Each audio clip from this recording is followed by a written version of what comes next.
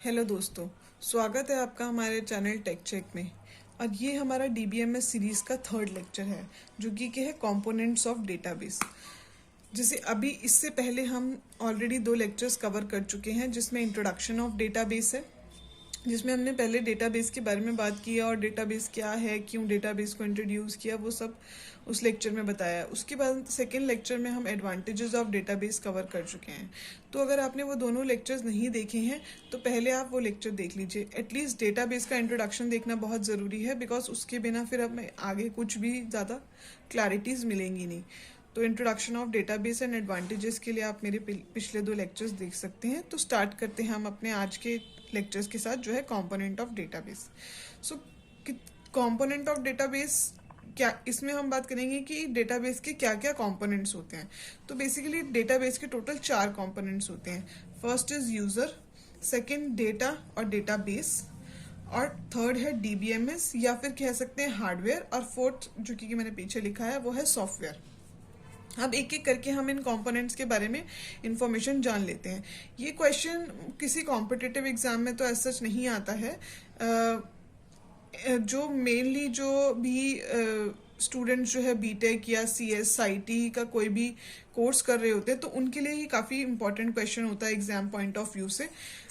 तो ये क्वेश्चन उनके लिए बहुत ज़्यादा इंपॉर्टेंट है। तो अब हम एक बार डिटेल में एक एक कंपोनेंट को जान लेते हैं। फर्स्ट है हमारा यूज़र।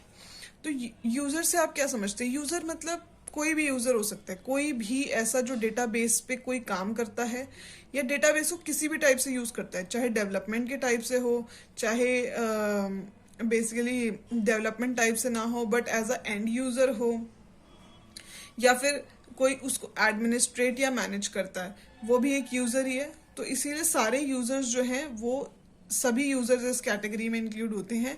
एनी यूजर, लाइक कोई भी एंड यूजर मतलब कोई कस्टमर जिसकी कोई रिक्वेस्ट जारी है, डेटाबेस से डेटा फैच हो रहा है या इंसर्ट हो रहा है, अपडेट हो रहा है उसका, तो वो यूजर भी इस कंपोनेंट का पार्ट है। या फिर हम कह सकते हैं जो डीबीए मीन्स डेटाबेस एडमिनिस्ट्रेटर, जो डेटाबेस के ऑपरेशंस वगैरह को सबको मैनेज करते हैं, और डेवलपर जो डेवलपमेंट करते हैं। तो वो सारे यूजर्स जो हैं इस यूजर कंपोनेंट्स में इंक्लूडेड हैं।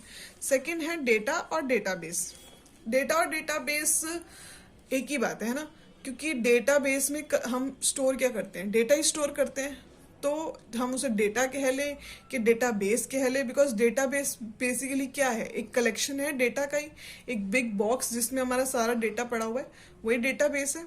तो अल्टीमेटली डेटा या डेटाबेस। तो डेटा कितने टाइप का होता है? एक तो यूजर डेटा होता है, एक मेटा डेटा होता है। अब यूजर डेटा से मेरा क्या मतलब है? यूजर डेटा मतलब जो भी मैंने कहा ना कि एक कलेक्शन जिसमें बहुत सारा डेटा पड़ा है। अब वो डेटा कुछ भी हो सकता है, कोई भी। हम जैसे एक टेबल का एग्जांपल ले लेते हैं, मान लो एक स्टूडेंट टेबल है, ठीक है, तो उसके अंदर जो भी डेटा पड़ा है वो यूजर का ही डेटा है। उसमें मान लीजिए एक एंट्री है जॉन की जिसका कुछ रोल नंबर है, क्लास है, तो ये क्या है? एक यूजर का ही डेटा है। और ऐसे पता नहीं कितने सारे यूजर्स का डेटा पड़ा होगा और ऐसी पता नहीं कितनी सारी टेबल्स होंगी। तो जो भी ये वाला जो डेटा है ये ही हमारा सारा जो है बेसिकली यूजर का ही डेटा है। Can be any number of rose and any number of tables. Second हम आ जाते हैं मेटा डेटा पे।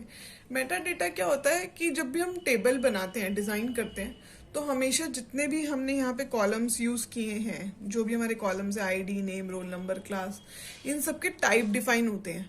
तो जैसे कि आईडी है, ठीक है, वो तो आपका इंटीजर टाइप है, नेम हो गया वो स्ट्रिंग है, रोल नंबर है वो नंबर है, क्लास है वो नंबर है।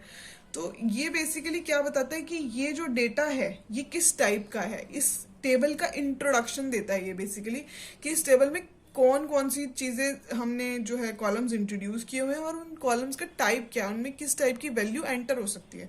तो वो होता है हमारा मेटा डेटा, जो टेबल के स्ट्रक्चर के बारे में बताता है। और ये बेसिकली ये भी एक टाइप का डेटा ही है। तो ये हो गया हमारा डेटा। थर्ड पॉइंट आता है डीबीएमएस और हार्डवेयर। डीबीएमएस मेरी फर्स्ट वीडियो में भी मैंने ये बताया था कि डेटाबेस और डीबीएमएस है तो इंटरकनेक्टेड, पर डेटा एक तो अलग चीज हो गई। Data is something not physical, है ना, but database is something which is physical, means like the software that basically run all the queries, जो भी सारी क्वेरीज होती हैं, जो भी इन टेबल्स पे हम जो भी ऑपरेशंस परफॉर्म करते हैं, वो सब समझता कौन है? ये सॉफ्टवेयर से जो समझते हैं। जैसे इंसर्ट है, अगर आप नॉर्मल किसी चीज किसी लैंग्वेज में इंसर्ट लिख दोगे तो उसका कोई मतलब नहीं है ना, it's just a English word.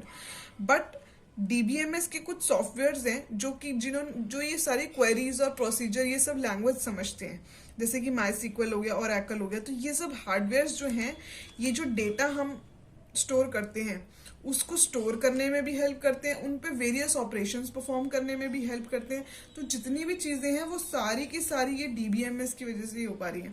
ये सारे ऑपरेशंस को अंडरस्टैंड करता है, उनको परफॉर्म करने में हेल्प करता है, जो भी हम टेबल्स बनाते हैं उन्हें। इवन टेबल क्रिएट करना, ये भी एक डीबीएमएस का ही ऑपरेशन है। तो डीबीएमएस या फिर hardware. Last but not the least, basically हमारा डेटाबेस एप्लीकेशन या फिर सॉफ्टवेयर। सॉफ्टवेयर क्या मतलब, आप ये कह सकते हो कि सॉफ्टवेयर क्या होता है, जिससे जो बेसिकली फिजिकली नहीं दिख रहा है बट हम इंटरेक्ट कर रहे हैं अल्टीमेटली। जैसे ऑपरेशंस हो गए, माई सीक्वल, ठीक है, एक आपको एक अल्टीमेट प्लेस मिल गया, एक प्लेटफॉर्म मिल गया माई सीक्वल पे कि हाँ यहाँ पे इंसर्ट की क्वेरीज चल जाती हैं, अपडेट चल जाती है, डिलीट चल जाती है, वो तो ठीक है, वो तो एक डीबीएमएस है ही जो ये सारी लैंग्वेज को समझता है। पर उसके अंदर कुछ सॉफ्टवेयर, कुछ प्रोग्रामिंग लिखी होगी ना जो ये सारी चीजें समझ रही है, राइट? उसको हमने कंबाइन करके एक माई सीक्वल का नाम दे दिया, राइट? तो वो कुछ सॉफ्टवेयर हो गया। तो वही डेटाबेस की जो क्वेरीज हैं, जो क्वेरीज बैकग्राउंड में एग्जीक्यूट होती है, बहुत सारी चीजें हैं डेटाबेस के अंदर जो हमें मे बी फ्रंट एंड पे नहीं दिखती, फ्रंट हैंड पे नहीं दिखती, मैं कह सकती हूँ, बट पीछे बहुत कुछ चल रहा होता है। इंसर्ट की क्वेरी में कितने लूप क्या चल रहा है वो चीज़ हमें फ्रंट पे नहीं दिखती है पर बैकग्राउंड में चल रही होती हैं। तो वो सारी चीज जो हमारी है वो डेटा बेस एप्लीकेशन हो गई, क्वेरीज हो गई। सिंपली इसी डायग्राम से हमने यही सब चीज जो मैंने अभी बताई है वो डिपिक्ट करने की कोशिश की कि डेटाबेस और डीबीएमएस ये दोनों आपस में इंटरकनेक्टेड है। डेटा होगा, ठीक है, ना तो डेटा अलाउन कुछ कर सकता है ना डीबीएमएस का कोई मतलब है। डेटा है तो उस डेटा को प्रोसेस करने का काम है डीबीएमएस के सॉफ्टवेयर्स का, जो ऑपरेशंस परफॉर्म कराते हैं, जो क्वेरी लैंग्वेजेस को अंडरस्टैंड करते हैं, वो डीबीएमएस है ना। और फिर यूजर जो है इस डीबीएमएस के ऑपरेशंस को यूज करके उसके साथ इंटरेक्ट करता है, इंसर्ट, अपडेट, डिलीट या वेरियस ऑपरेशंस परफॉर्म करता है, राइट? और डीबीएमएस जो है वो डेटाबेस एप्लीकेशन से भी इंटरकनेक्टेड है। क्यों?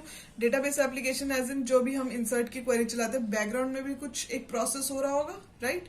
तो वो प्रोसेस क्या हो रहा है, तो वो चीज डेटाबेस एप्लीकेशन हो गई। प्लस यूजर भी जो ये इंसर्ट, अपडेट, जो शॉर्ट हमें क्वेरीज मिली हुई हैं वो अल्टीमेटली बैकग्राउंड में कुछ बड़ा ही कर रही हैं। हमें शॉर्ट दिख रही है पर बैकग्राउंड में कुछ बड़ा कर रही है, तो वो यूजर भी उनसे इंटरेक्ट करता है। तो ये कंप्लीट जितने भी कंपोनेंट्स हैं ये आपस में इंटरकनेक्टेड है। ऐसा नहीं है कि डेटाबेस, इसमें से कोई भी एक कंपोनेंट अगर हम हटा दें तो डेटाबेस फिर भी फाइन वर्क करेगा, राइट? तो इस वीडियो में इतना ही है, इस वीडियो के लिए इतना ही। और आप हमारा channel like, share and subscribe करना ना भूलें प्लीज़, ये हमें बहुत ज़्यादा मोटिवेट करता है और हम ऐसी अच्छा कंटेंट बनाने की आपके लिए कोशिश करते रहेंगे। Thank you for watching us being with Tech Check. Thank you so much.